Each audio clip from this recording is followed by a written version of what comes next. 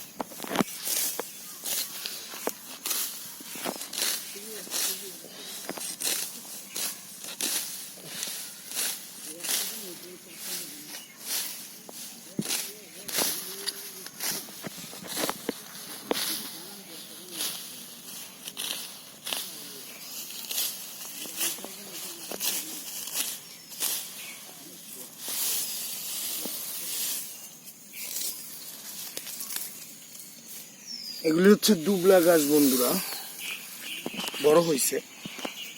এটা ষাঁড় গরুর জন্য খুব উপকারী। নেকড়ে বা নেপিয়ার বা নেকড়ে যাই বলেন, এটা থেকে দুবলা গাছটা অনেক উপকারী।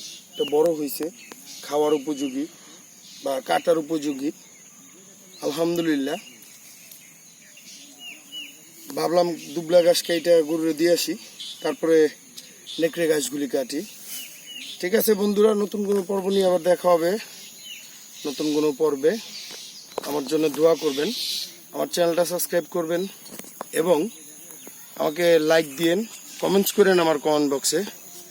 অবশ্যই নতুন কোনো ভিডিও নিয়ে আবার দেখা হবে। টাটা।